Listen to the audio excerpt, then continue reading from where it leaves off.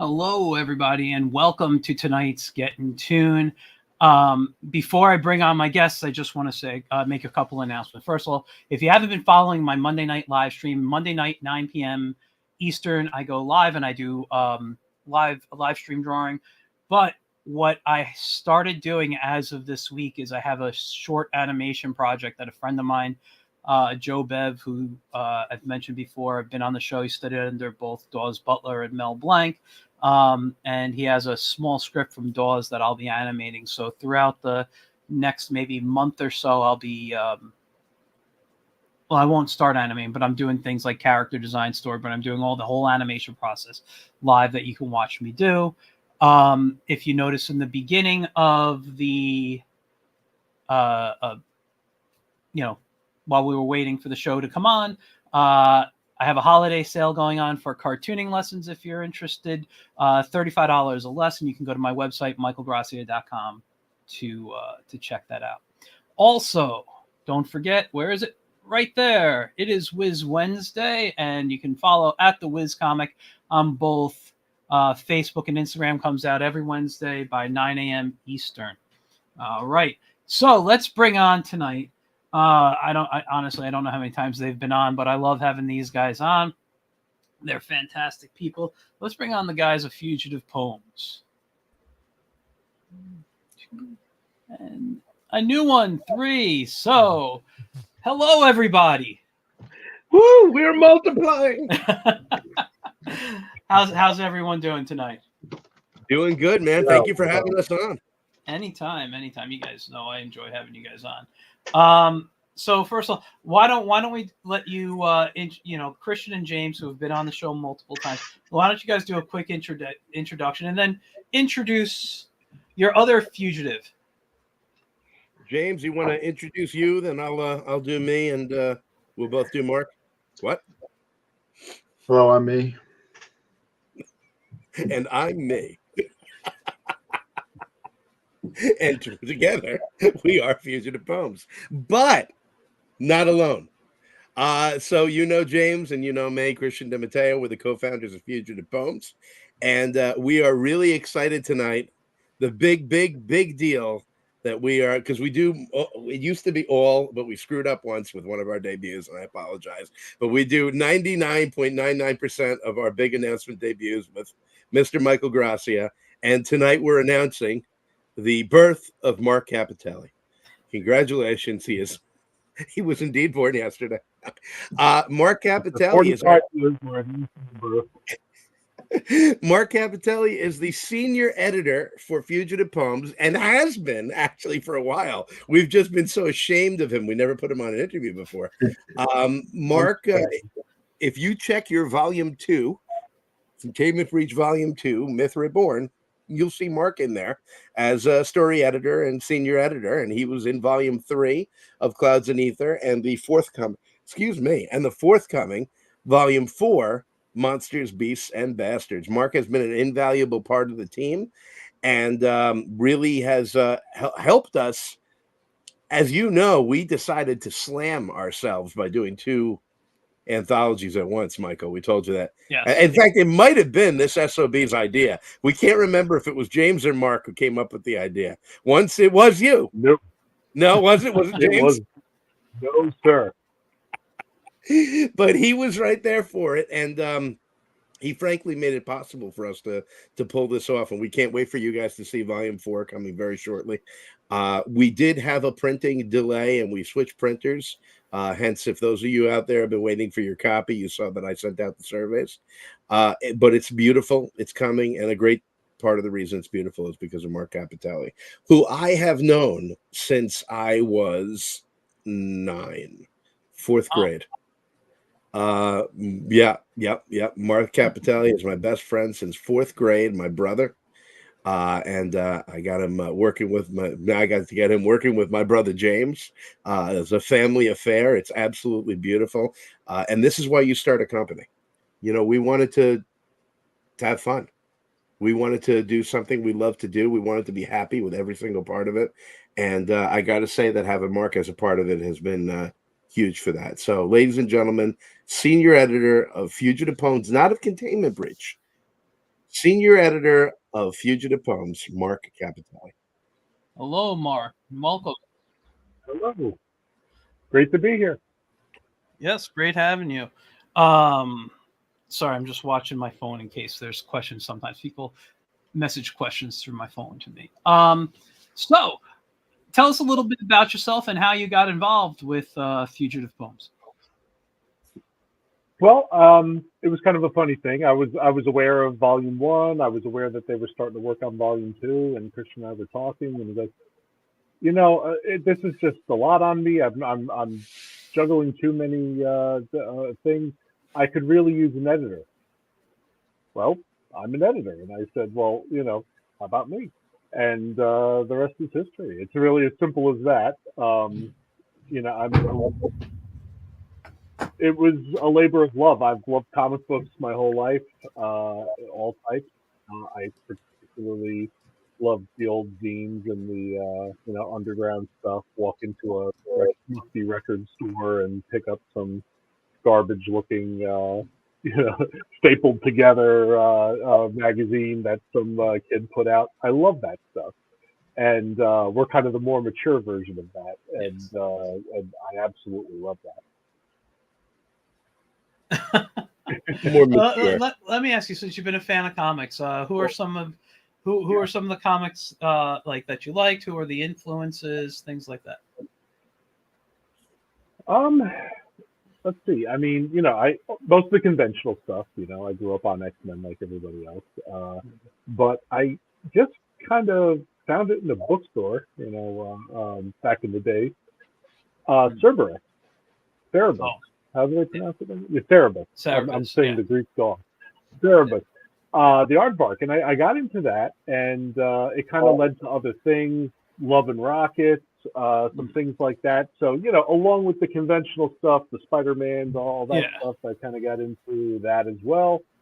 And then, when I was a teenager in the music scene, I didn't play music. I mean, I went to a hell of a lot of concerts. I would pick up these little zines here and there, heavy metal magazines, stuff like that, and now we're carrying on that tradition. Yes, you are. I mean, it's. Well, I've seen your first 3 books, I believe, in person, and I own the first 2, and they're fantastic. They're it's gorgeous work, great stories. So when you got involved with Fugitive Poems, was it well, okay, before I even get to that question. So as a senior editor here, you have a background obviously in probably like writing or literature or something. Like what is your background to make you a senior editor? I'm teaching it in college right now, Okay. But I've been doing writing work, editorial work since graduation, from a long time ago. I've been a assistant editor before, things like that. Carried out on a bit privately as well, and just all this writing, and you get better and better over the years. And I started to find I was pretty good at it. I became a tutor at a local college, and from there worked my way up, and now I'm a professor teaching, which is pretty cool. Awesome. I also have. This is a strange thing for me to say. I feel kind of a false saying it. I have a background in art, which basically means I thought I was going to art school. I took every art class I could on the way up, and then kind of panicked at the last minute, like, what am I going to do for a job after this? And, a lot of listened to a lot of people that told me, yeah, maybe art school's not the best. I should be listening to them, but you're telling me you draw better than Christian. I don't know. I hit a new height today. Hold Look on. at this guy. I gotta see it. Look at this guy. I'm proud of this guy. Right over here. I'm proud of this guy. That's pretty good. I'm seeing your Kirby influences right there. I mean, it sort of falls. It sort of falls apart after that. But this guy right here, I think he came out pretty well. It's very good. Listen, no, I mean, I remember the stick figures you showed me. So, Oh, but that Mark, no. Mark is a terrific artist. As a kid, I used to have him draw me things because I couldn't draw. But our only competition ever was the one thing that I can draw, which is a Ninja Turtle. It is I don't know why. I don't know how I can't move that skill over to slightly similar characters, but I can draw a Ninja Turtle. And Mark and I, in like 4th and 5th grade, would compete to see who could do the better Ninja Turtles. But Mark, otherwise, I always went to Mark to draw things. And Mark and I, in like 4th and 5th grade, would compete to see who could do the better. Is there echo? Someone might have sound on. I mean, we all should. No, I'm saying like playing the video somewhere. But all right, so that stuff happens. So let's go to James since he's been a little quiet. What is new with Fugitive Poems? Like, what can you tell us anything going on? So we got a lot of stuff going on, a lot of stuff stirring around the pot. Because we have Mark here, he's been working on a few things with us. We've actually been in talks with a couple of artist writer teams for to be able to publish their books. We actually signed a contract just a couple days ago. Congratulations. Thank you. We're not ready to release a lot of details yet, but the team is actually in India, and they have both have worked in our or been included in our anthologies in the past, and it's a real exciting storyline. We've actually signed them up for a whole story arc, and we're figuring out now how we're going to integrate it into the website and so on and so forth. We actually have 2 more of those in the works. Wow. We are going to be taking a bit of a break from the anthologies just because we did 2 in a row, and now that I found out that it's all my fault and not Mark's, I'm even more upset. And so we're going to be taking a little bit of break from those. We want to get some one-offs out so we can approach other publishers too to get our name out there more. We have a couple of pages of River in our first Containment Breach book. For anyone who has it, it's in the back there. First 10 pages of that, or is it 8 pages? 8 pages in there. Yeah. We have that about halfway done, and that's going to be our first one-off comic. That's just going to be Christian and I, and of course Mark editing as well. And we also have another.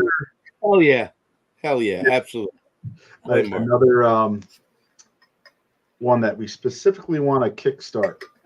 I got in trouble for saying too much last time, so Christian, you can talk about that one.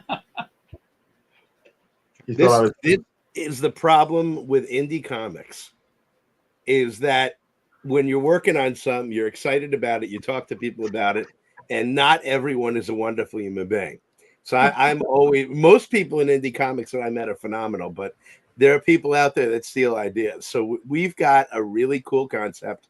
In fact, it's more than a concept. The first 2 issues are written, and it's going to be our first comic series rather than an anthology or a one-off, one-shot that we're going to do.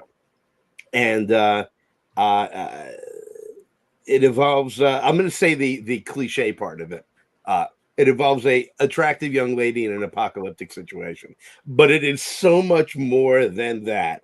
The title is amazing. It's something James and I came up with on a Fugitive Poems meeting one night, which means we were drinking, and we're really proud of it. And then I have another series with the first 2 issues written that is more surreal horror. I don't know if surreal is the right word, but it's more horror leaning, and that's going to be coming. And just today, and I'll say this because she already exists, I was talking with Thomas Fernandez, who is going to be drawing. He's my co-creator on the character Blood Valkyrie, And if you go over to the Comic Jam, you could see she's there, or actually fugitivepoems.com. Go to our one-page stories and you'll see a Blood Valkyrie comic. Blood Valkyrie is a being that shows up at the moment of a valiant person's death to help them get revenge on those who killed them. That's the concept of the Blood Valkyrie. And Thomas Hernandez and I apologize, are going to be working on that together. Life on Saturn. Fugitive Poem levels up every year. Thank you. Love Life on Saturn. That's Dom. Speaking of them, I just want to say Life on Saturn will be on the show at the end of this month. They are my last interview for the year. That going out with a bang. They're two amazing, wonderful human beings that are putting out crazy work. And I don't want to say anything, but we might be talking to them about something at some point soon too. Yeah, I'd love to see you guys team up. Yes, well, we are dying to, and we've been looking for the right project to do together. So we've got several characters coming out that are going to be done in issues. We are producing the work of definitely this one team in India right now. I will say that I'll say the gentleman's name is Sahith S. Tiger, who wrote a story in volume 2, and the artist's name is Bread Razor, is what he goes by, and he drew a comic in volume 4, and they are putting together an incredible espionage tale that is just going to knock your socks off. So we have a lot of cool stuff coming, and I got to tell you, I've been high on this lately. We signed the contract with the team in India. Spelled fugitive wrong. Christian would be ashamed. LOL. I didn't notice. But I'm, when James and I started this, we wanted to make comics and have fun. And people are coming to play in the sandbox. And people want to do the same kind of outlandish, outrageous stories we want to do. And it's so exciting. It's so cool. And we're continuing our mission of raising up creators who haven't been noticed yet or haven't gotten their shot yet, and giving them their shot. And that's I'm real proud of that. Yeah, no, that's all. Listen, I've said every time you're on the show, I always compliment you guys on what you guys do for the indie comic industry and creators and things. And I've always, and again, I've always said, once I heard you two were teaming up, I knew I was going to see great things come. And it sounds like, because you've been around basically as a partnership making comics basically since the pandemic. You started your first book. So in 3 years, you've grown from just a couple of guys putting an anthology together to now you're publishing other people. You're in talks with other people to publish more. Your Fugitive Poems is growing and turning into something like you envisioned when you first talked to me about it. It's even great. More so, because I didn't even have, I'm a fly by the seat of my pants kind of guy, and to a great degree, James is as well. And we just you want to make comics? I want to make comics. Let's make comics. And what do we want to do with it? We're going to publish them. How are we going to publish them? I don't friggin' know. And we just kind of went with it. And then the vision, as it started building, the vision started becoming clear. And then getting someone like Mark involved. Mark has actually Mark's brain works a little bit differently than James and I. It works, first of all, but Mark has more of a business head than either James or I have. When James and I do the business end of things, you can see the smoke coming out of our ears, especially if it's me and math. But Mark has put together some incredible business stuff for us that he's done. I don't want to get into any specifics. That's moved us a great deal forward. And that's one of the really cool things about him, is the way his mind works. That's awesome.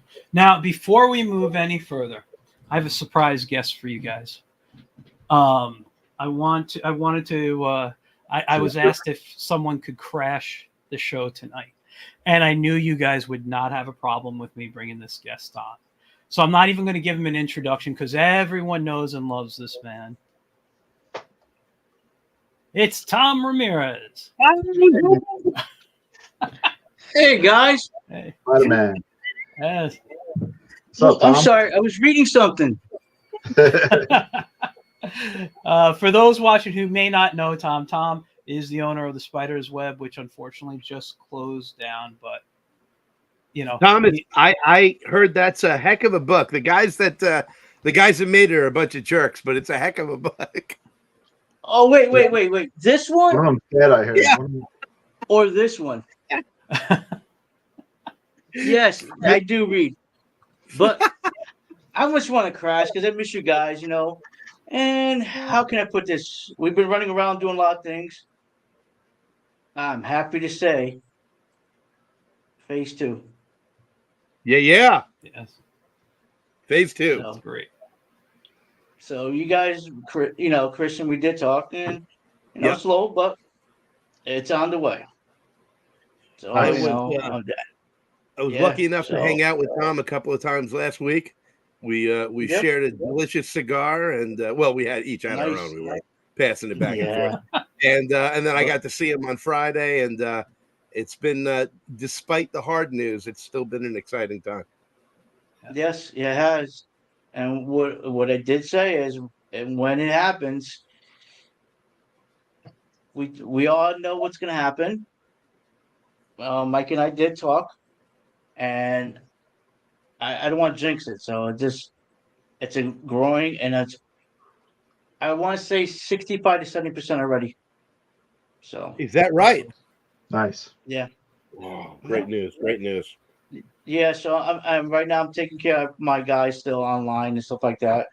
I gotta get reach out to my pool people. Just hey, by the way, it'd be shipped to you guys. So everything's working out pretty good. I just miss you guys, And talking to Mike, it just you guys are awesome.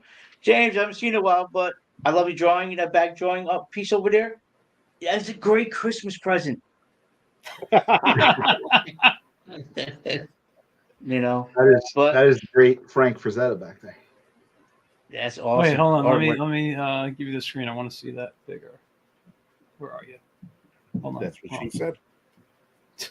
Oh, that. Okay, yeah. Gorgeous. That's beautiful. That is gorgeous. Yeah. Oh, Wow. can Christian Yeah, I draw got like that that? from the Frazetta Girls. It's a limited edition. Cliche. They say cliche. Oh, the Gliso? Is that it? Gliso. Gliso? I don't know. It's beautiful. I think it's actually the actual size of the painting. It's gorgeous. Yeah, if that jealous. came from the Frazetta family putting that out, they tried to make.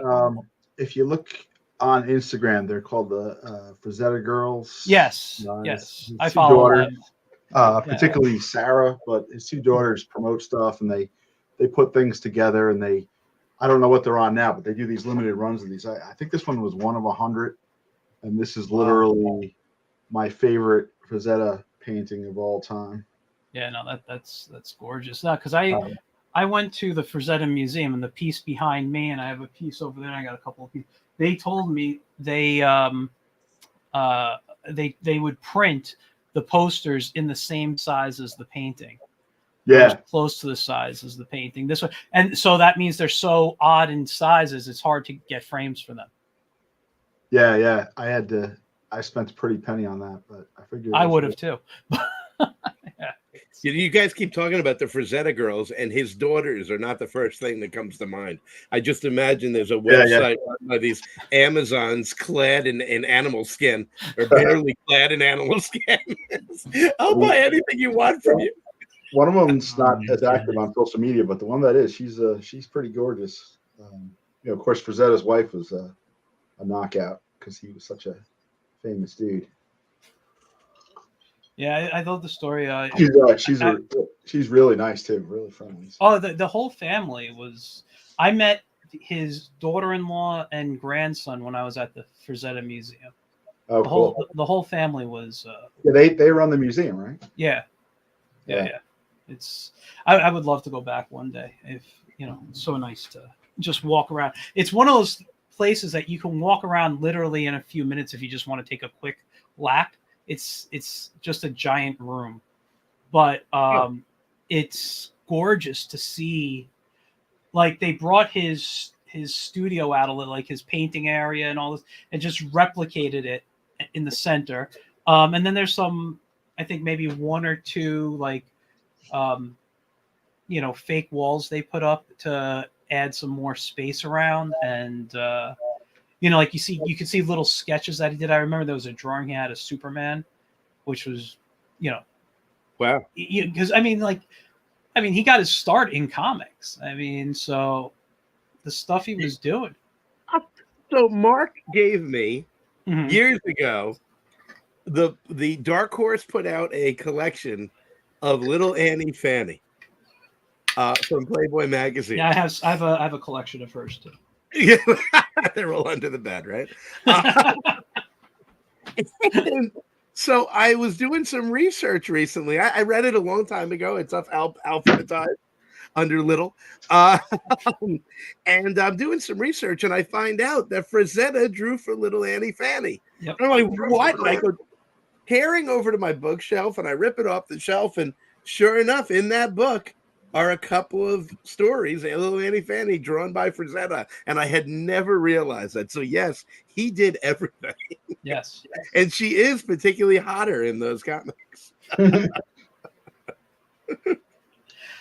Oh, wow. So one thing that and I wanted to announce at the beginning, and I don't think I did. Did we say that this is your anniversary? We didn't talk about that. I did not talk about it. So let me tell you guys something, which I really found it today when I went on Facebook this morning. It how it says Facebook memories. It popped up that on this day in 2020, Fugitive Poems made their first appearance on my show. I think that's fantastic. Wow. Yeah. 3 years later, yeah, you're still coming on, and I thank you for that. I haven't driven you away from my show, so that's good. We haven't been banned. That's pretty impressive. Not yet. I do have the button here, but not yet. Well, is Mark. Is that a mic button? There is oh God, where is it? So those who don't know StreamYard, there's actually there's a microphone, and I can mute anybody at any time, but if I click on the 3 dots next to it, it says kick from the studio, banned from the studio. Yeah. Mark, you can tell that Mark is the raucous one who's going to get there first. I've never had to use it, thank God, but I have it ready to go on. What's it is it a delay like radio or something? No, there's a delay when this goes live to like I stream right now to Facebook, YouTube, and Twitch. There's a 10-second delay, I think, to each one, maybe 15-second. I don't remember. But there is things so that I could I guess. Yeah, that's how the dump button works on old school radio. Yeah. It's a nice. They got the 15-second delay. Yeah, it's a nice feature. I like this here. Never had to use it. If I was against people cursing, on my show, I think every one of them that you've been on would have just muted. I'm working so hard today not to curse. I've heard. I'm hearing that. I'm sweating bullets here. Yeah, but no, listen, I think it's great that, 3 years ago today, you guys came on. I don't know if I was your first podcast, but you made announcements on my show, and you've given me basically every, headline you guys are doing. Every scoop. Yep. I appreciate that.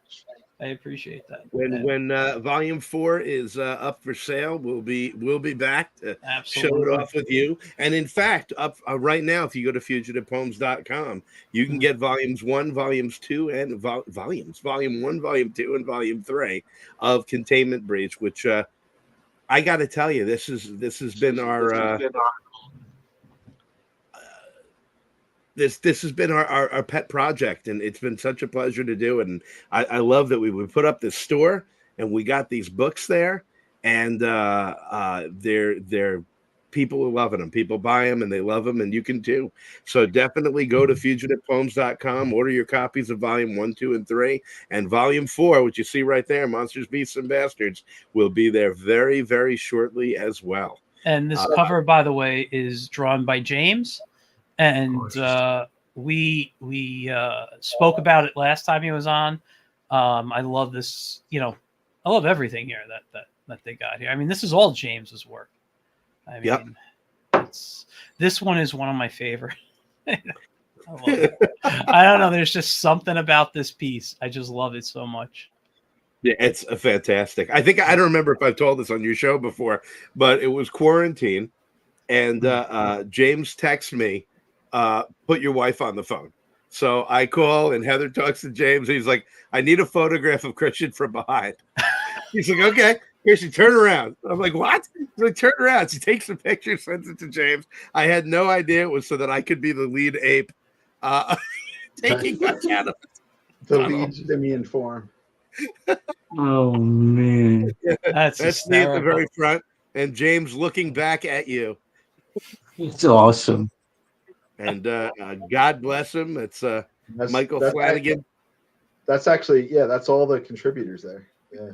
Wow. That's awesome. Flanagan, you can't really see him because he's got John Jack on his back. That's right, he does. Okay, that's Flanagan. Yeah, that's Flanagan's butt there. I did not get a picture of him, but. And then we've got Matt Queen and Purple Smurf ahead, and that was the time Peter, Paul, and Mary. I can't remember his name right now. Peter Paul Smith. It's right next to Peter Paul Smith. Oh, good, it's right there. Not Peter, Paul, and Mary. My mistake. That was a team. It was a phone call with. I'd gotten to know this guy Matt Queen on Twitter. Turned out he was catfishing me. No, I'm kidding. I called.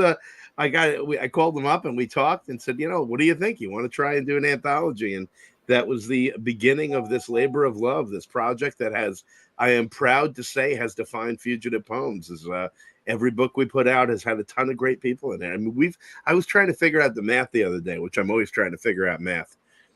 But we have probably put out, 4 books. Maybe we've gotten out the work of like 175 to 200 independent comic artists. Wow. Writers, artists, letterers, colorists, editors. And I am so proud of that. I am so proud. I'm not proud of the fact that I have not updated this website. And it still says now on sale at Kickstarter. I did not realize that. I should probably take that off.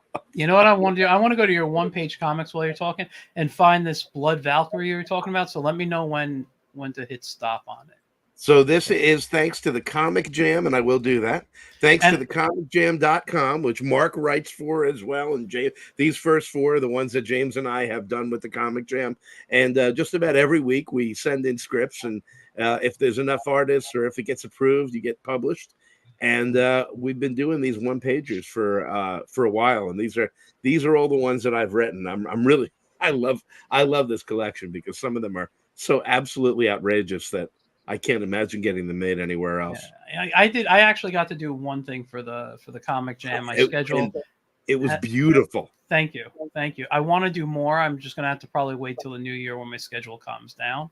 But yeah, I want to participate again in that. It was so much fun. You did jetpacks and laser guns. Yes. Comic, right? Yes. Oh. I tried to make it look like an old 80s TV animated cartoon with a little bit of a 90s comic flair to it. Oh, it was so much fun, and you did a gorgeous job with it. Thank you. One of my favorite ones that Mark wrote was that week as well, actually. Which one was that? He did the Mark, what was that story? You're muted? Not by me. Not by me. I can kind of hear you, Mark, but not really. Hold on. Let me see if I can do something here. I was wondering why he was being so quiet. That's not like him. You're unmuted. I didn't have you muted. Mark, why don't you log out and log back in? Yeah.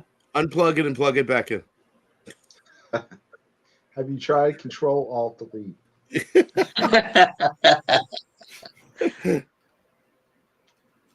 A lot of these, quite a few of these are in volume 4.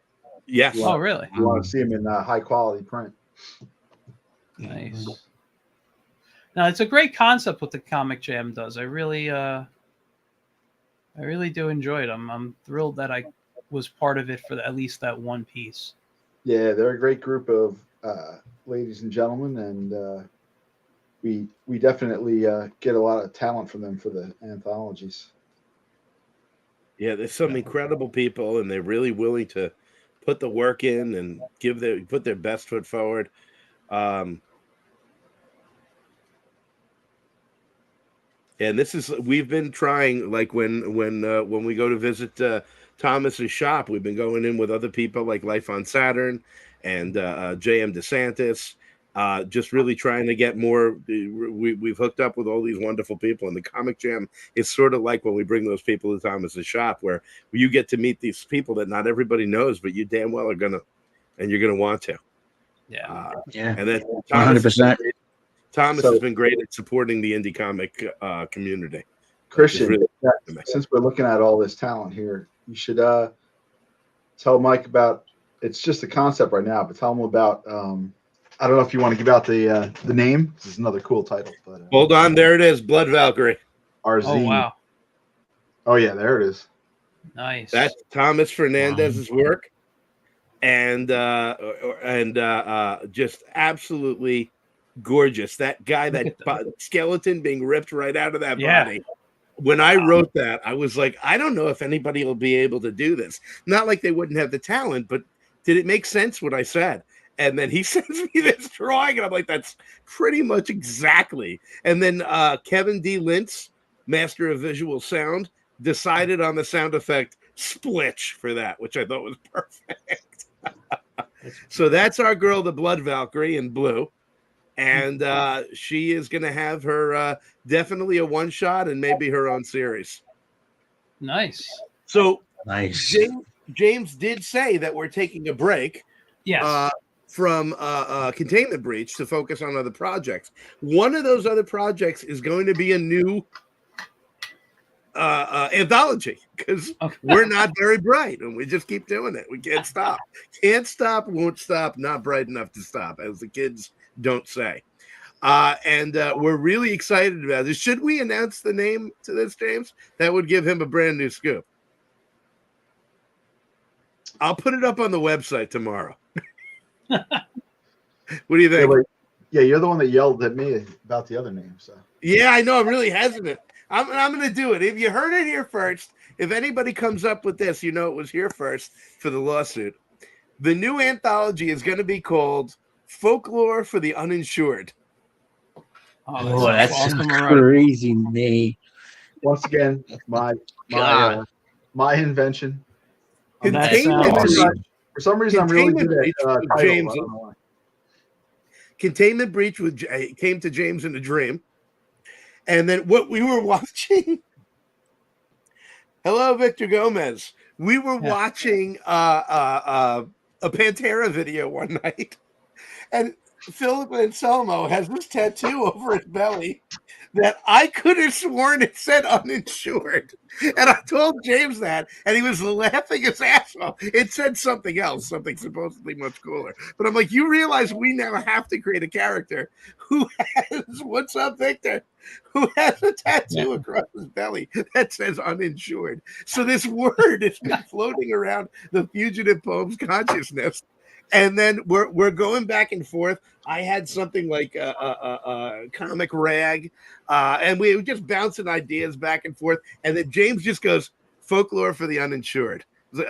I love that title. Done. That's awesome. So it's going to be a different sort of format than our big high production anthologies. This is going to be we may or may not use staples, but it's going to be something that we put out regularly. It's going to be put out in print and probably online version too. But it's going to be something that's a bit more dirty and straight to the point. Okay. So we'll be looking for submissions for that. This can be stuff that, not that we're looking for bad art, necessarily, but you know, if you're a writer and you have a cool idea, you can kind of half draw. You know, we want to put really cool stuff out there that's sort of down the vein of, you know, Mad Magazine or heavy metal, or you know, something like that. Something, not everything is going to be firmed and finished and polished. We just want it to be raw. So it's sort of like you know, what we, you know, all these one pagers that we're looking at from the Comic Jam. You know, picture that kind of format, but you know, probably quarterly to start off, and you know, Yeah. something that has, you know, a lot of black and white. We've been considering maybe doing like a, you know, more of the old school like newsprint look. Not look, newsprint printing, so it's nice and cheap, and we can dispense it out. And Yeah, we want this to be indie comics along with it. You know, put in ads for indie comics. You know, all kind of indie comic promoters, and have people promote on it. We were talking to the great Phil Russert at the last. Well, I was talking. Everyone else was getting drunk. Phil's been a guest, so I got to get him back. Awesome guy. Christian was really drunk. Really drunk? Yeah, you were pretty drunk. But I don't even drink. I'm talking to Russert on the end, and he's coming up with all these cool ideas while everyone else is eating their poppers or whatever it was. And you know, we're talking about new ideas to promote independent comics, because I really think, and you know, maybe Thomas can back me up here. You know, the big two are you know, going to remain the big two, but I really think there's a real future for indie comics, and you know, the way that it comes about, and the, you know, the sort of spark that it has. I'm not sure that Marvel and DC have really had that spark. They've both been struggling for a while, you know, particularly DC. You know, they rehash and rehash and rehash, and then you sit, and I see all this cool stuff because people send us all this stuff, and look on the Comic Jam and so forth. There's so many new great ideas out there. I think it's something that's worthy and can, you know, basically save comics. I hear all these conversations on Facebook and Instagram about how, you know, the last heyday of comics was maybe, you know, the 90s, and that's a long time ago. You know, I'm hoping that maybe our zine can, you know, start to change that, and you know, get people interested in working on, and you know, the culture right now more than ever is sort of like that anyways. People want something new and different, and people aren't as interested in the same old anymore. Everyone has these little niches that they look at, and I'm hoping that folk tales of the uninsured will folklore for the uninsured. Folklore of the uninsured will you know, entertain people, and you know, get a lot of stuff out there and make us some money. Can I just say, honestly, you're 100% right. Marvel and DC, it's like the same old thing over and over and over again. When customers came to the store, I was one that had the most indie comics on the wall because they want a better story. It's just, you know, I'll order 6 of them and I'll tell them, just check this out, guys, read this. You don't want to go back to see DC had this 4 things, books that it's so and so, and it's like every other year they're doing something of the same thing. It's like no fresh writing, no fresh style. When you get an indie book, it is something different. You know, that's why I always, always, always love to get all the artists in. I mean, I'll be honest, my favorite one, Emilio. I loved him. His own style and stuff like that. It was awesome. I mean, all you guys are amazing because the fact is, it's fresh. It's something different. It's something new. This is what we need in a comic world. It's not the same. Oh, Superman this, Batman this. People are getting tired of it. They need fresh, you know, with the indies, new ideas. People are just want, you know, are hungry to do something, and I appreciate all you guys, man. The work you guys put in, just the work, the books are amazing. I'm looking at this now. I'm like, when you guys talking about this, I'm hoping to see some black and white. You know, when you talk about the, you know, how the old comics were the newspaper and all that stuff, how the paperwork. I love that stuff. let's go back to how it was. A lot of people don't understand. You know, I'm hoping. You know me. I promote anything I can with you guys. You know, I'm the first one. Hey, you got 4 or 6 books? No problem. I'll get it. This is, Yeah. you know, it's just because the work is amazing. You know, I love indie comics, man, and people need to understand indie comics is Scout Comics. You know, there's so many good, you know, out there. It's great. I'm really happy for you guys. I'm proud of you guys. You know, awesome. That means the world, Thomas. Hey, you want to know something? Talking about that kind of comic, at the Spider's Web at your shop, I picked up the Grendel Omnibus because I hadn't read Grendel since the 90s. So and good. Matt Wagner's Grendel. Mark, you're not on screen, but I can hear you. See, I can't hear him. I was just about to say, let's give him a chance to talk. But I think I did. Mark, are you there? I was muted through the entire interview. They heard the first portion. Mark, we can hear you now. It just sort of no, muted itself. I don't know. Mark, we can hear you now. This is why I need a new computer. Mark, we can hear you now. Mark, we can hear you now. Maybe I should mute him right now. Yeah. Actually, I would do that, and I'm going to give him a call and let him know that we're hearing him talk to his wife. Okay. Let's mute Mike. So I picked up Matt Wagner's Grendel, and that is such a cool thing to read again, and that was seminal to the 90s. When the Dark Horse was releasing these wild comics, utterly unlike anything that Marvel or DC was releasing. Hold on. I'm sorry. I still hear him. I can't. His mic's. I'm not able to mute. I'm calling him. I'm going to mute myself. I'm going to. I'm just going to remove him from the screen for now. Yeah, but no. As Christian was saying, listen, I haven't read Grendel in years, but that was one of my favorite books of indie. It wasn't my first indie book. I know that, but it was one of the first that I really got into back in the 90s. I love all that stuff. I'm finding myself reading more fantasy books. Tom will tell you when I would tell him to hold books, it was things like Conan or whatever it was. I was looking at that, some sci-fi stuff. I was only buying 2 DC books because I'm a DC guy over Marvel, and that was the new Shazam book, and World's Finest. Those are the only 2 DC books I was reading, and I don't know. Even though I enjoy them, they took me the longest to read out of all the piles. When I bring books home from the store, it would those were those books that took me the longest to get to. And I enjoy the stories, but I would read the other stuff first. Mark is ready in the waiting room. Oh, he's in the waiting room again. Not here. Okay. No, he said he would. He'll pop in soon.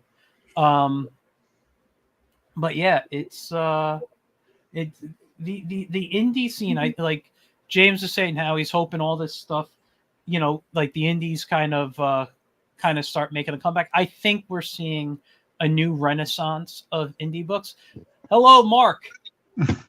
Hi. Hi, welcome back. Oh my God, I have a voice. Wonderful. Camera and microphone. Yeah. Yeah, well, that is great. We're on the tablet now. I gave up on the 10-plus-year-old computer. Oh, Nina sounded great, Mark. Yeah. Good. I'm glad. Hey, Mark, we're gonna come down to your house and we're gonna burn that notebook on. It is. It's got a date with my my fire pit. That is for certain. We're gonna turn it on and see how long it lasts as it. Well, it just overheated. That was the problem. It overheated and just popped, blinked out. Wow. So yeah, fun stuff. Well, Mark, let's hear from you, because I don't know what you heard, what but we were talking about indie comics going on in the store. James was talking about hopefully a new kind of like renaissance, if you will, like another comeback for the indie indie scene. And he's right. Not since the 90s have we had like that huge impact that something like Image brought, and then every other company wanted to become Image, and whatever. And very few were able to even reach a any kind of level, like a small amount of what Image was able to produce. But Michael, can we go full screen? Sorry. Oh yeah, absolutely. We don't need to look at your stuff anymore, right? No, forget me. I was scrolling down. I was going to get to James's work, but we'll do that later. Let me just fix this here. There we go, so we can see better. So yeah, we were talking about that, and I really think things, and even though I don't think I'll ever run like a crowdfunding, I think things like Kickstarter and Indiegogo and the pandemic really introduced a new surge of creators to the indie scene. But now it's been 3 years. What are your feelings on the indie scene? Is it just growing? How do you see Fugitive Poems being part of that? What do you think? Well, I mean, comics are okay. I just did the business plan not that long ago for a company we were pitching something to, and I was looking at the numbers. And in the industry, certain types of things went down, but what came up was buying comics at a store. It's actually on the rise right now. And some of that, I think, is, people getting tired of being isolated, coming out of their shells and wanting to be in a place. Number two, where the hell else are kids going to go to socialize? There's really not a lot of places left, but you can go to a comic book store, you can chat, there's usually gaming going on, whatever it is. I think that's a part of it too. But on top of it, we have the fatigue with Marvel and DC. And I think everybody is hungry for something new. And in a way, what's old is new. We're not doing anything terribly revolutionary. We're just bringing back what we liked when we were younger. And I mean, the media is full of stories like that where older guys go, hey, remember that cool stuff from when we were young? And they put it out and all the young people go, wow, this is great. And, I hear it all the time. I hear everything's boring. There's nothing new. All they do is listen to streamers, yell at them and, oh, well, it's something new every day. Okay, they're hungry for something new. Let's give it to them. Yeah, exactly. No, that's a good point. Let me just get to this comment. Tom's kind support is incredible. Not a lot of comic shops treat us that good. Yeah, no, Tom, you really, that was one of the things I've always said about you and the stores. That if you were an indie creator, you needed to visit the Spider's Web and talk to Tom. I have told I don't even know how many friends of mine, get to the Spider's Web, and when you announced that sadly you had to close, I kept telling my friends, go. Get to know him. He does shows. He does things. You just stay connected with this guy. This is a guy who loves us. He loves the creators. And I'm glad you're around for that. Yeah, Thomas loves comics. Yes, and that's, you go to a place where you go to well, I don't know that there are record shops anymore. I'm dating myself. So, the difference between going to a corporate record shop and going to we were a local record. Man. Oh, that's true. We were in a great one in Poughkeepsie. We saw Derek Riggs. Dark Side Comics. Dark Side Records. Oops. Dark Side. Did we just lose Mark again? Yeah, he doesn't want to be on tonight. We dragged him kicking and streaming out of the cave. Yeah, that's right. We were at Dark Side, and that you could ask anyone there about the albums, and they all knew everything about music. And it felt so good to be in a place to buy your music with music lovers, and that's how I feel about Thomas. When we were at the Spider's Web, you bring something up with Thomas, he knows the history of it. He knows what's going on with it now. He knows what you should buy. He knows where the stuff is, which is kind of amazing in the shop because there's so much stuff. And that I cannot wait to see what he does next, because when you have a passion, there's nothing better than being with people who also have that passion. Mark, I love that you keep changing what it says under your name. What did your iPad do now? That might have been me. I don't know. I do apologize. You pressed the wrong button. It's somebody let the old man near the tablet. I don't know. Was it a big red button? It said don't put me? No, that's the self-destruct. I don't want to mess with that. Oh wow. I'm sorry, Christian. Were you were saying something, or I think I was done. you think you were done? Okay. I think All right. I think he So was done too. let's just get back to about the website. I won't bring it up right now. I can do it at the end again, but but while I'm waiting, let me throw your website link into the comments so that everybody can go to your site in a new window, please, and check out how great. If you've never seen a Fugitive Poems book, this is What the fuck's wrong with you? yeah. No. Curse. And speaking of the cursing, you might want to keep kids away, like young kids away from the Fugitive Poem books. I would say, maybe 14, 15 and above, would you say? 3 and above. Volume 4 might be like 40 and above. We have outdone ourselves with the nudity and violence. Yeah, So these are Restricted not for kids. children under 50. Yeah. So we're at Terrificon. Did we tell this story on this show? I don't Did we remember. tell you? Go ahead. No, I don't think so. So we're at Terrificon, and this dude walks up with his 13-year-old daughter and his wife.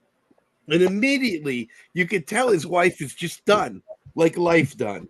And you don't know why yet until this man opens his mouth. And she's been living with this guy for who knows how long. And he says, "What do we got here?" I saw we got some great indie comics and really wild stuff. Blah, blah, blah, blah, blah, blah. And he's like, "Any dicks in here?" I'm sorry, what? Are there any dicks in this book? I said, I mean, yes. Yes, there are. I don't know why people want it. Why do people want to see Wangs? I don't understand. I don't want to see this. I mean, I want to see my own, and his daughter's right next to him. It's like, damn. Yeah, like a 14-year-old daughter. And I'm like, you might not want to. Meanwhile, he's flipping through the book, and there's this big sex scene, a full-page splash, pun intended, in volume 3.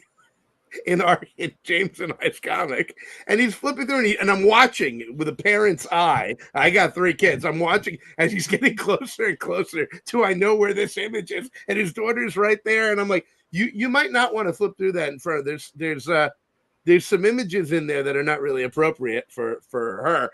And he flips right to it, opens it up, and goes, "What, boobs? She's got her own. She sees them all the time." And she's like, "Dad," and the wife. Zero response, just dead inside. The only thing she was thinking, I believe, was, when do I get back to the vodka? I'm pretty sure that was the only thought in her head. I will say this, Christian. You have told me that story. I You didn't tell it on the air. You actually told it to me at the Spider's Web one day when I came to visit you guys when you had an appearance there. But yes, that story gets funnier every time. And then for the extra nuance, one of our good friends who's gay is standing right next to him with his boyfriend, and he's like, "Who wants to see this kind of stuff?" And the guy's like, "Well, Didn't you mention it?"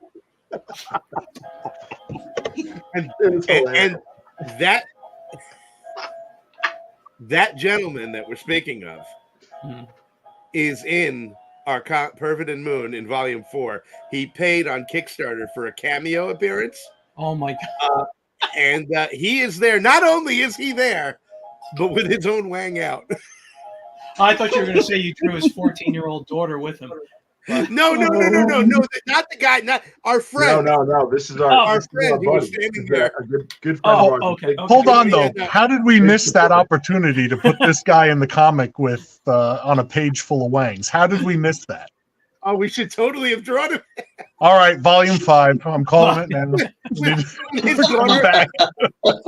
His daughter beside him. You'd have to find him and actually talk to him again. Oh God! Who needs to do that? Just Well, I'm sure Terrificon will be next July. I felt sorry. August. August. Okay. I felt sorry for his daughter. She's standing there, cute as hell, about 13, 14 years old, in like this little elf outfit, more mature than her father. and just shaking her head. Come on, I can't get that. What, boobs? She sees them all the time. She's got her own. Oh, Dad. That's why we throw more dicks than boobs. Because of outdated nerds like that guy who gatekeep female readers away. Oh, wow. Well, so much for not cursing on the show. Well, when I go into YouTube after the show, I'm going to have to definitely hit not for kids. That's it. A 15-minute dissertation on songs. I automatically hit that button whenever I put anything up on YouTube. I do. You know what?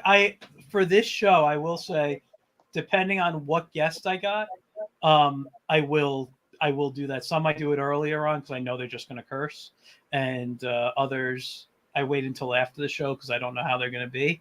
But when I know, I like I've had people like Christopher Hart on and Bruce Blitz on who were like, you know, who wrote the books on cartooning. I mean, I had the Bruce Blitz stuff in the 80s, the Chris Hart books in the 90s. They're going to be kid friendly automatically. I know they're not going to say stuff, so I know automatically kids can watch that. But then I see Christian and James on the list, and you know I have to I do that one early. I didn't curse at all this whole time because I was muted. I'm the hero for one. Just tonight we have Wiener Talk with Christian and James. But you know what, you guys, that is a funny story. I just makes all kinds. Yeah, it's, you know, you meet the strangest people at conventions all the time, and the weirdest requests for commissions. I don't know if James, you've ever got any of those yet, but you get some really weird commissions. I got one that was kind of personal and strange. Yeah, you don't have to share. Christian knows what I'm talking about. Yeah, James, you don't have to tell him about my boudoir. And I can't believe you didn't do it. Let me tell you, I got one of the strangest commissions, and I turned it down. I was like 21 or 22, and I was doing like how to cartoon lessons at a 4-H fair while selling some art stuff. And this one guy who was sitting next to me, he made his own honey, and he would have, and I remember he was sitting there and his hands were just gross filled with honey. He would dip Triscuits for you to try the honey with, and it's just disgusting. Then he comes over and he like whispers to me, "Hey, can you draw me a picture?" I'm like, "Yeah, sure. What do you want?" He tells me, "I go, no, I can't do that." It was, I'm like, wow. And yeah, I won't say on the air. But just know it was a 4-H fair and it dealt with animals. Can't do that, Triscuit boy. Yeah. Yes. Those poor bees. Yeah. What they've seen. Oh man, right now I don't, you know what? I don't know what else to ask you guys at the moment. You know, you guys always are a great show, and you get me laughing when I forget to ask things. But yeah, I want to make sure that people know that they can purchase your stuff through your website if they miss the Kickstarter, correct? Mm-hmm. And you have copies of the Containment Breach books. Do you have all copies available, or? Actually, the last, I want to say for a round number, I'm going to guess 10 copies of Volume 1 can be purchased on the website. We are not reprinting Volume 1. It is going to go in the books, man. We're hanging up its number. And so if you want your copy, it's the second printing of Volume 1, and it's just about sold out. So if you want your copy of Volume 1, you got to jump on there and order that now. Until the omnibus comes out. We have talked about actually, it's funny. I was thinking about this the other day, James. We have talked about a redo or redux, as in I just forgot the name of the movie. Apocalypse Now. Coppola. Yep, thank you.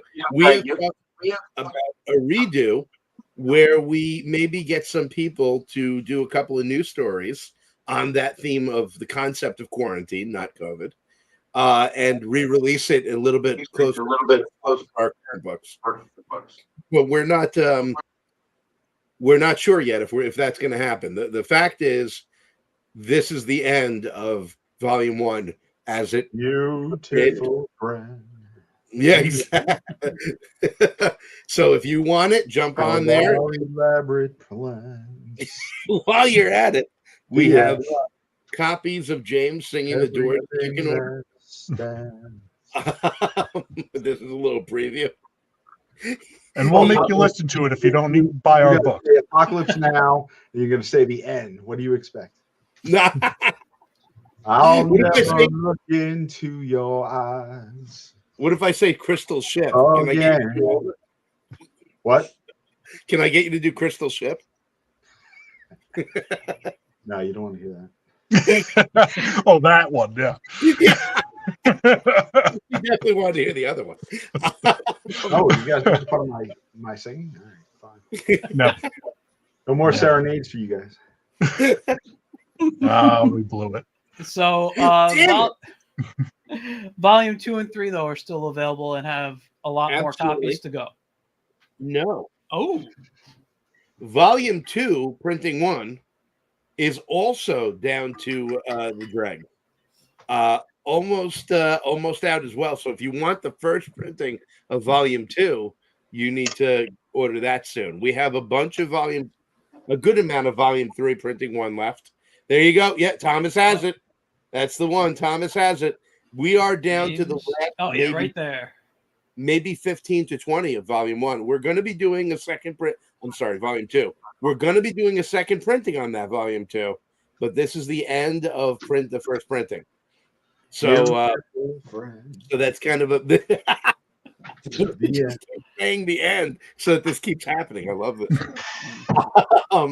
So yeah, Volume 3, there's a good amount of left, and soon there will be Volume 4 available as well. On top of that, there are our posters with the art of James Lyons, the art of Jack Van Tomey, and the art of the great Jay Sheik. What an incredible human being he is, as is Jack and everyone we work with. We got some great people. Jay Sheik did a beautiful poster for us, and that's available. And so is the Fugitive Poems. Oh, is that a keychain? This is the keychain bottle opener. Bottle opener, yes. Which I have been using this very eve. It is gorgeous. It is solid, and it is available. We had someone order 6 of them at once. Wow. But we still have a good number of. Oh, this is like I'm hypnotizing you. That's too fast. And then we also have stickers and all kinds of stuff. And James will take any kind. You see under his name it says open for commissions. He will take anything you suggest. Anything. Just send James a photo of what you're looking for. If the words raccoon challenge accepted. If the words raccoon tail butt plug are in there, definitely send it. Oh my God. That'd be from Rob. Rob. I don't know if Rob knows this is on right now. Rob, you know who you are. Black Labrador butt plug. Definitely not for kids tonight. Butt plug put us over the edge. Mom, what's a butt plug? Let me just ask you one more question about Containment Breach. Number 4, you said you switched printers. So when can we see that one? Do you think in actual physical copies? So we are doing Comics Wellspring. Okay. The up and coming. Everyone's talking about it. We got. Well, hopefully we'll be re-upping our 10% off coupon from Comics Wellspring, especially for this commercial. But we kind of went over the deadline on that. We talked to them at the Baltimore Comic-Con, and we saw actually more than one printed not an example, but other people that have used it. So shout out to lesser known comics Shout out to Bigfoot Knows Karate, Sidekick. There are a bunch of incredible people. Oh, what am I talking about? Life on Saturn has worked. The great Dom and Lyd Monette have worked with Comic Wellspring and put out Fennec, which is a really freaking cool book, which I have signed, suckers. You don't have that. But I got to tell you, though, just I don't know who printed this, but this is a Life on Saturn piece I got from them at the Spider's Web once. Did you see this little book? I've been flipping through it on and off. Oh, is that the sampler one? Yeah, the sampler. This thing is gorgeous. Yeah, that's a great idea. I believe that's the great what the hell is his name? Dominic? No, not Dominic.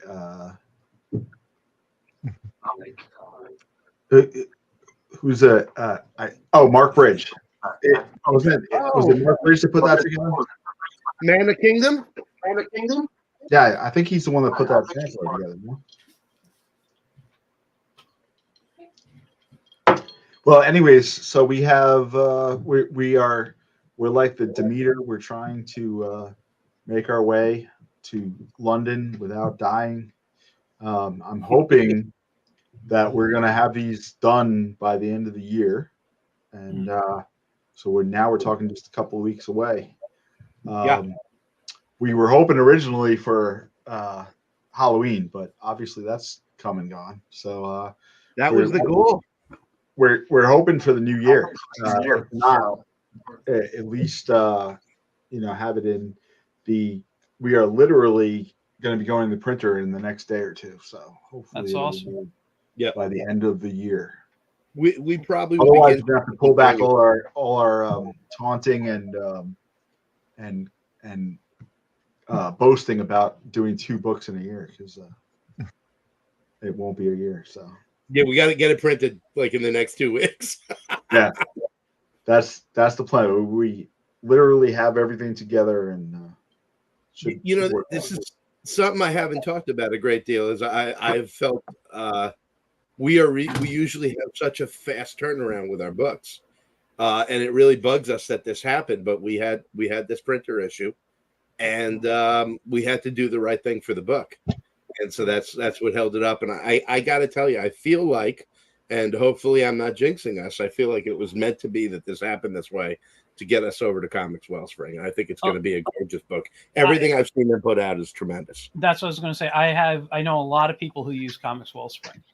I see a lot, a lot of my friends, will send me stuff or whatever when they're putting out stuff. And I've seen a bunch of different companies, and Comics Wellsprings is out there on the top of some of the best quality I've seen in books of indie publishing. Now, what we need to do is get Thomas to put together a printing company and a publishing company.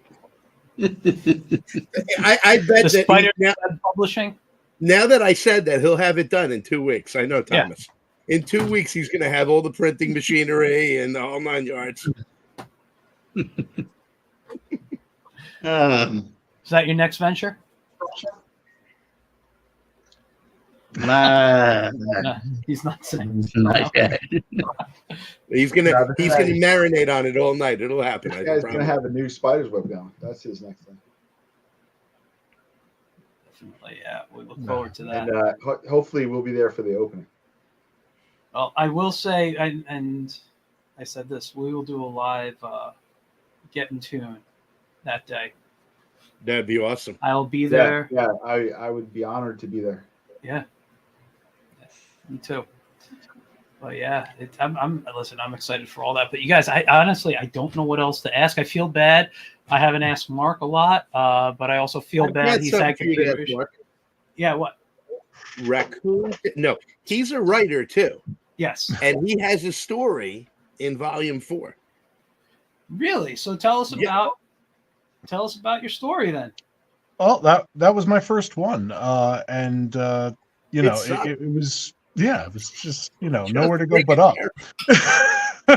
No, it was just kind of a funny thing when they told me, okay, it's going to be Monsters, Beasts, and Bastards, and I was like, really? So I wanted to to honor that title. So I've got one of each, and it's basically I don't want to talk too much about it, I guess, but kind of a high concept idea coming at internet trolls and the very unique aspects of their personality that make them the lovely people that they are.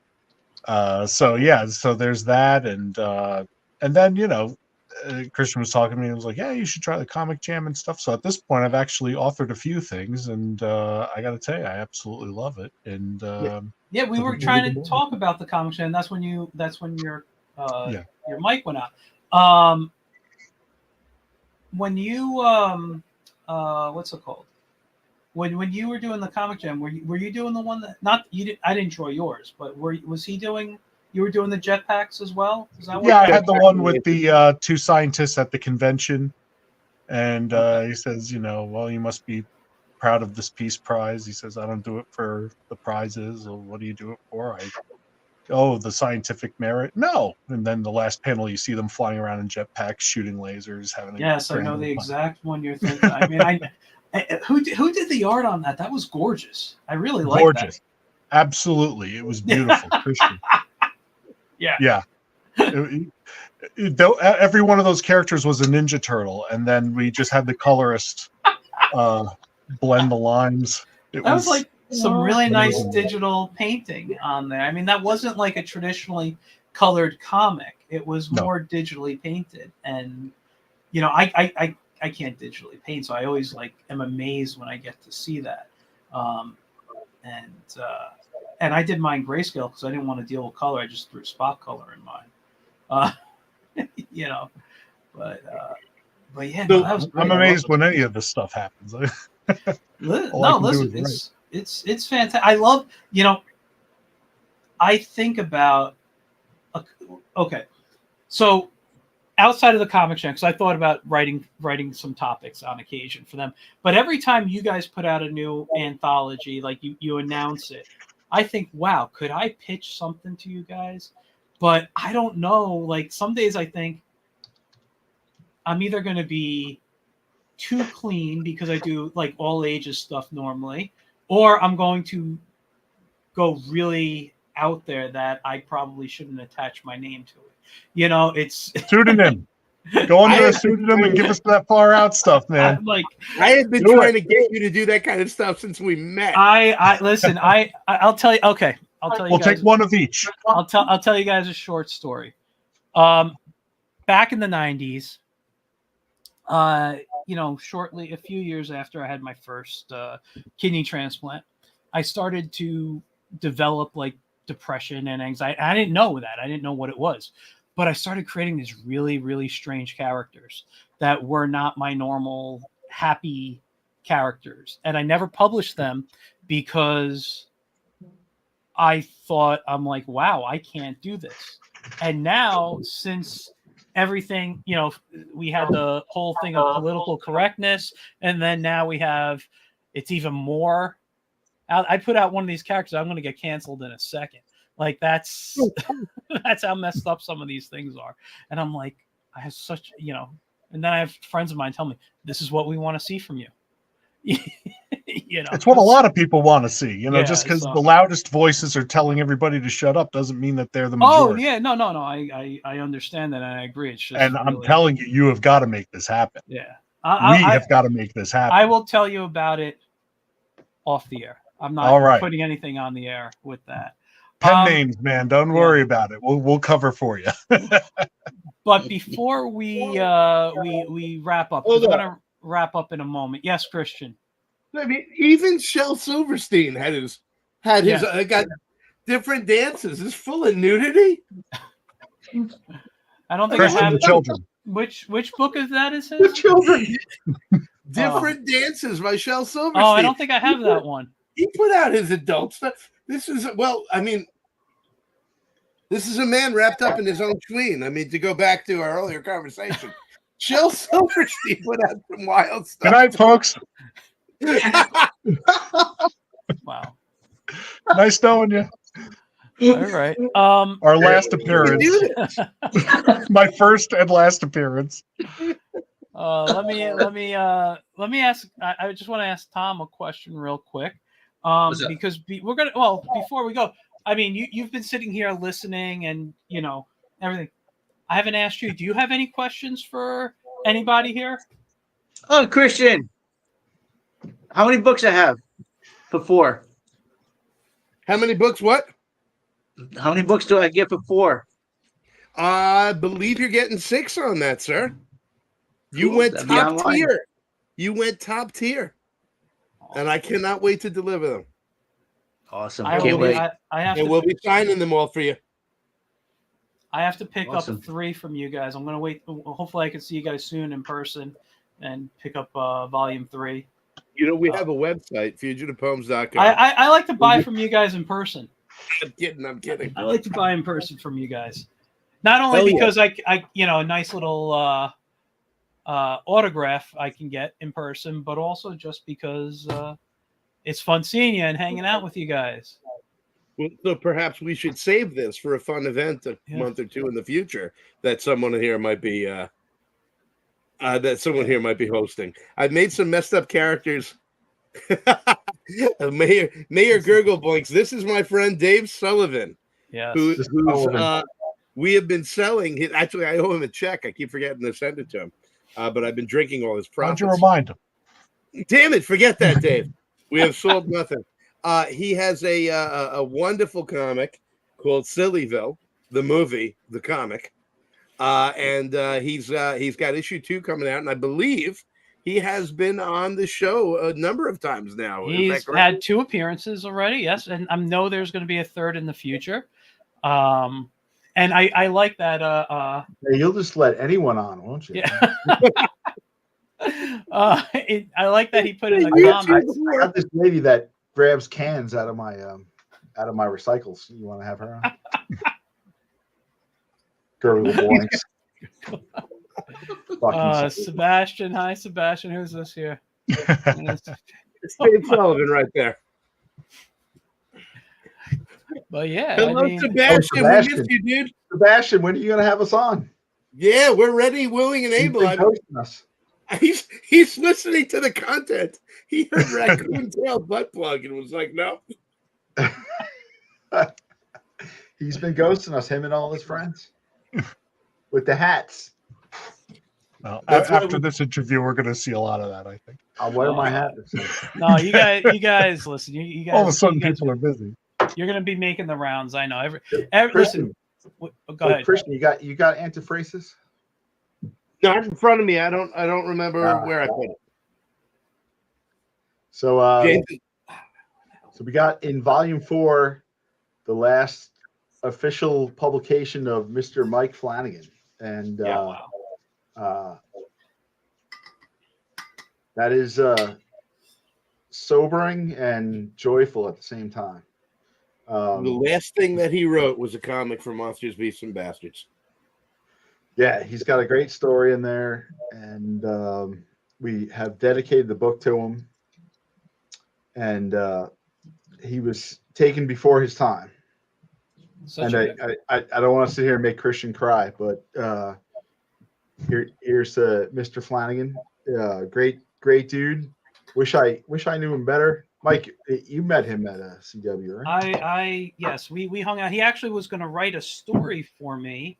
It was back at a time me, him, and Christian were working on some ideas together, and unfortunately, for my issue was a lot of life stuff with health issues and other things going on that I couldn't focus at the time.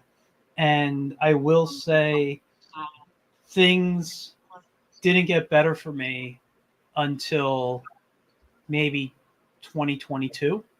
I had another health issue, but I didn't realize that health issue I had and the surgery I had for it was a lot of stuff building up over the years. And after recovering from that, I got my motivation back. I just been making stuff and been creating. I have rewriting things, going through stories that even like Christian wrote a story for me a while back, and I was telling him about a new way. I'm like rethinking my stuff is not everything as comics. some stuff motion. As you know, James, my background is also in animation. As opposed, I just love, drawing comics, but I'm an animator, and I want to start animating again. That's where my true, I think, full-time passion is, besides doing stuff like The Wiz, where it's like newspaper style strips. But I'll still make comics when I feel I have a story to tell in a comic book format. Otherwise, it's going to be strip format or it's going to be animation. So I'm redesigning everything right now. Well, we've got a website that plays videos, so we're listening. Awesome. Listen, as I said, my Monday night live stream is all about. It was supposed to be just me drawing. I set it up to just get me to draw things and things I could make into prints and sell at shows. But a couple of weeks ago, I did a little stupid flash animation in kind of this Jay Ward style, and I forgot how much I missed animating. That I called up I wouldn't say I called up. I wrote a friend of mine on Facebook. Who I mentioned in the beginning. His name's Joe Bev. He goes by, it's Joe Bevilacqua, and he's a voice actor who was trained by Dawes Butler and Mel Blanc, and he was very friendly with Dawes Butler, and Dawes used to write these stories for his students to practice, and he goes, I got all these scripts from Dawes, so here I'm giving you a 1-minute Dawes script. I said, do you have something short I could animate? And he sends me this one, and it's full of tongue twisters. It's called Bert and Bart, and it's called The Little Bitty Bit. And it's just, and so Joe sent me the audio of him doing the parts of Joe and of Bart and Bert there. And he put a little intro music and outro music on there. And this past week, I spent my live stream designing the characters. If I could make the model sheets this week, I will probably do maybe some backgrounds, because it's got a few backgrounds. And then the following week, maybe I'll storyboard. And then I'll start animating. I'll start breaking it up into pieces, and I'll use Adobe Animate, because that's what I got right now, And sounds good. That's man. awesome, man. Yeah, thanks. And then after that, I'll probably finally get around to animating an intro for this show. I've been doing this for Ninja Turtles. Absolutely. That's the big question. Absolutely. I'll just do it for you. Yeah, I will. I'll get Christian to draw it for me. You do the cartoon style or comic style? I do the comic style. Oh, awesome! Absolutely, awesome. The comic style. I have the comics they put out years ago, like how to draw the Ninja Turtles. You ever see that comic book? No. I don't know if it's 1 or 2 issues, but they have a whole thing how they drew the teeth on the turtles, how you draw the shell, everything. It's wow. For the teeth, I do a line, and then I do lines this way. No, seriously, I'll find the copy, and I'll take a couple of photos. Is this like the Archie Comics version with the? No. It's the classic. Classic, cool. Mirage. Yeah, I didn't recall the teeth being that intricate. No, they have a whole cool. They have a whole thing on it. That's some beautiful stuff in those. Master of visual sound Kevin Lintz has entered the chat. Kevin D. Lintz, who we subjected to the highest Wang count in a Fugitive Poem comic ever, when Mark just disappeared. Hold on, we gotta put this up. Oh, Mom, I'm sorry. Oh, I'm so sorry, Lydia's mom. yeah, I'm sorry. We were just making all that up. We would never really talk about any of that. Mm-hmm. Yeah. Lid's a good girl. Yeah. Oh my gosh, an amazing human being. Dom and Lyd are 2 of the coolest people ever. But yeah, so Kevin D. Lintz is an incredible letterer, and Mark is just a pain in the. Oh, he's back. Forget it. Sorry, I didn't realize he was back. But Kevin I asked him if he needed anything today, and he said bleach eye wash. From what we put it through with our Nazi werewolf. Kevin, I'm so sorry, man. But he killed it. It looks so good. It was weird. Every caption is over a Wang, just blocking it out. I thought that was an odd choice, but he actually added dialogue so he could pull that off. Oh my But God. Kevin D. Lintz, lintzlettering.com, Lintz, Lintz lettering.com. What a master of visual sound. He's an incredible letterer that we are honored to work with, and we are so excited to have him work on this, should I say, seminal comic with us. Record-breaking wang count. All right, guys. I think we should wrap up the show for the night. First off, keep going. We listen. I don't start my job until 10:30 in the morning, so I'm on Pacific time for my job. I don't fall asleep until late. but let's see, what do we got? Just so you know, I can't promise that Wang's will make it onto my online portfolio. So Christian was all concerned about Kevin's his bio in our book, and I was like, well, Kevin's probably not going to show this to anyone whatsoever. So I'm probably not worried about his bio. Like, guys, you can skip me on that one. Thank you. Yeah. Although he came up with a good one. So Christian and I, we use the sound and the fury in the credits, right? So we use sound for Christian, fury for James, and he came up with whispers, which I thought was cool for lettering. Yeah, I love it. Absolutely love it. And is this what's in Containment Breach or for something else? Containment Breach Volume 4, Pervin and Yeah. We're story of drugs, Nazis, and werewolves. They put the perv and pervidin. I'm gonna have to. Kevin didn't. It was Christian. No, not Kevin. You can't say it was Kevin. Kevin's hands are clean. Not anymore. Not anymore. He's washing his hands like Pontius Pilate as we speak. Did my part. I'm out. Yeah, Pervin and Moon is our one of our two stories. It's our big story in Volume 4, Monsters, Beasts, and Bastards. The basic tale is this, and I know you want to wrap up, so I'll do this in a quick half hour.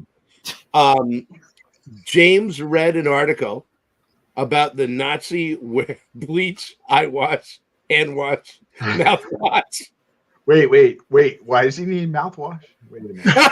I don't know how into the story he got, but explain, sir. He might be pouring the mouthwash in his eyes. Yeah. James read an article that at the end of World War II, the Nazis formed a werewolf brigade. And he sent this to me. And he said, we've got to do something with this. And I was immediately completely enthralled with it. And I had been reading Norman Ohler's book, Blitzed, which is about the shocking amount of drugs in the Third Reich and they requiring Nazis to take methamphetamine, Nazi soldiers. And I was like, there's no way that a werewolf brigade, they didn't come up with that with drugs somewhere involved. Not for nothing, I heard something new about that today. Did you? What? It was, they couldn't get coffee because all of the Allies had had blockades through the trade routes. So they gave them a concoction that contained the drug in it. Methamphetamines, basically. Is that right? The Perv Griffin Show. Michael, I think you got to pivot to that. Maybe I'll start a new podcast just for that. Show your other comics there, your 90s comics. Oh my God! Listen, I have done a few. I won't listen. It's like I've still written down ideas and wrote stories and stuff for these characters. I just haven't really drawn them since the 90s, maybe once or twice. You got to get your copy of Different Dances. But sounds like a perfect submission for Folklore for the Uninsured. Folklore for the Uninsured. Perfect. I'm looking forward to that. We'll talk. Yes. You can do a pen name if you want to. I've always wanted to submit, but like I said, that's the thing. Like when people hear Michael Gracia in comics, for those who actually know who I am, everybody thinks cute animals and kid-friendly, silly stuff. or oh, he's the cartoon educator at the comic book conventions. Like, that's how I'm known, you know. And then like to do something with Containment Breach, it's like, yeah, Michael Gracia shouldn't. We can introduce the world to Mickey Grass. Mickey Grass.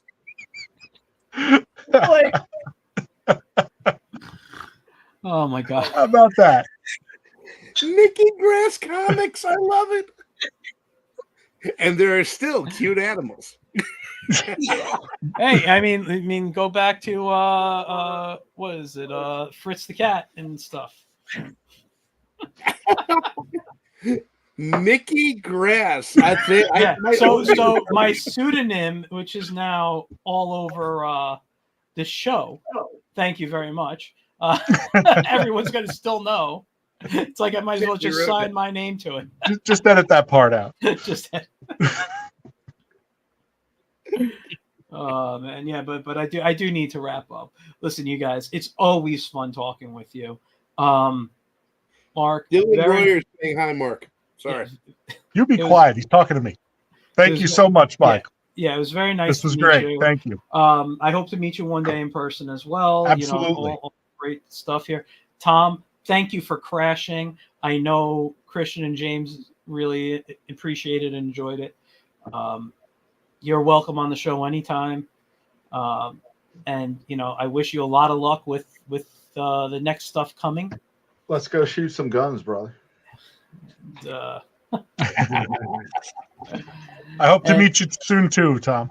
I just put my rifle away, or I would have pulled it out. Showed it to everyone. Got this all banned. Let's all hope this is a euphemism. Showing it to everyone. with what you guys draw and write about, maybe. No. Yeah, so I had, so if you take a close look at Containment Breach version 3, there is a volume 3. There's a rifle right on the cover, and I'm gonna give you the screen. I drew that from life. Where's Tom? And I just put that away because I was thinking, well, what happens if the cops show up at my house? How am I going to explain that I have this in my drawing room? that thing there, that is to scale. So that's almost 6 feet long with the bayonet. Wow. That's what I tell them too. James, great weapon. Live on the internet. And I just put it away. I put it away yesterday, or I would have whipped it out right now. Your Honor, Exhibit A. All right, guys. On that note, I'm going to Exhibit A, hosted by Michael Gracia. I'm sorry. Hold on. What was that? I said Exhibit A, hosted by Michael Gracia. I'm sorry, Tom. You were saying something? Am I going to see you in 2 weeks? 2 weeks. Yes. You know what? Let me put that announcement out. I have an announcement. December 16th at the Poughkeepsie Galleria is going to be in Incredicon. It is their holiday show.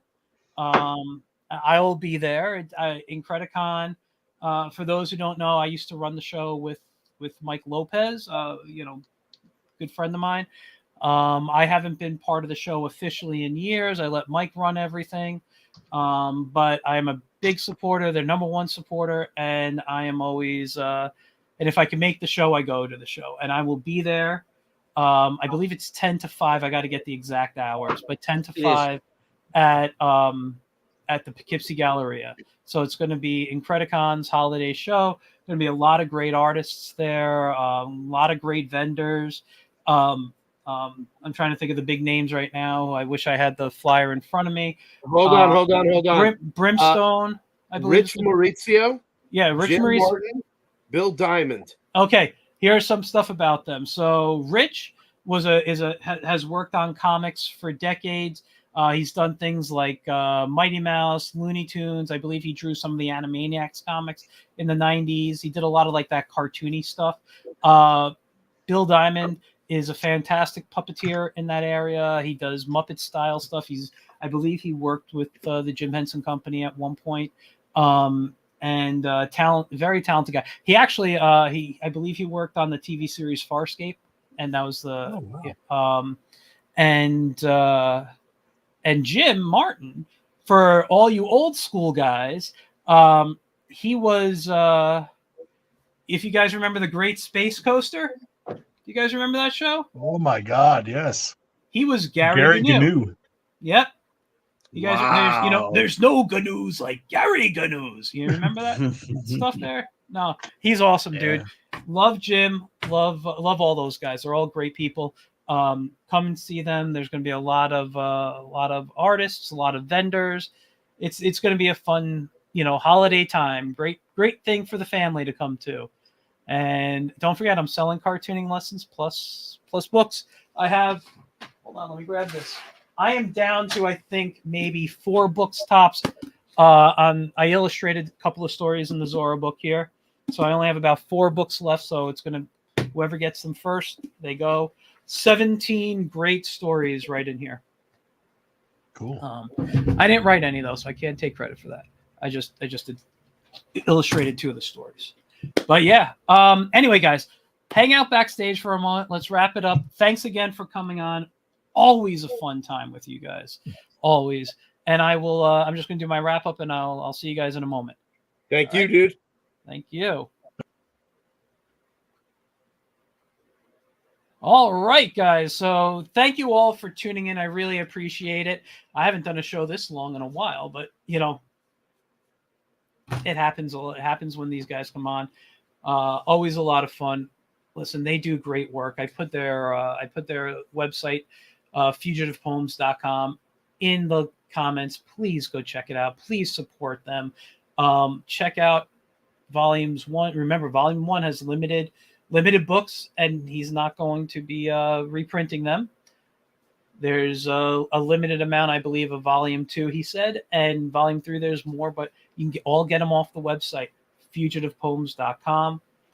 Look for them at comic shops near you. Not the books, them. I don't know how many stores they're in. I forgot to ask them that. So check that out. Also, follow on Instagram, Spider's Web NY. That is Tom's store. And, he's doing stuff online. He's doing shows. He's doing a lot of great stuff.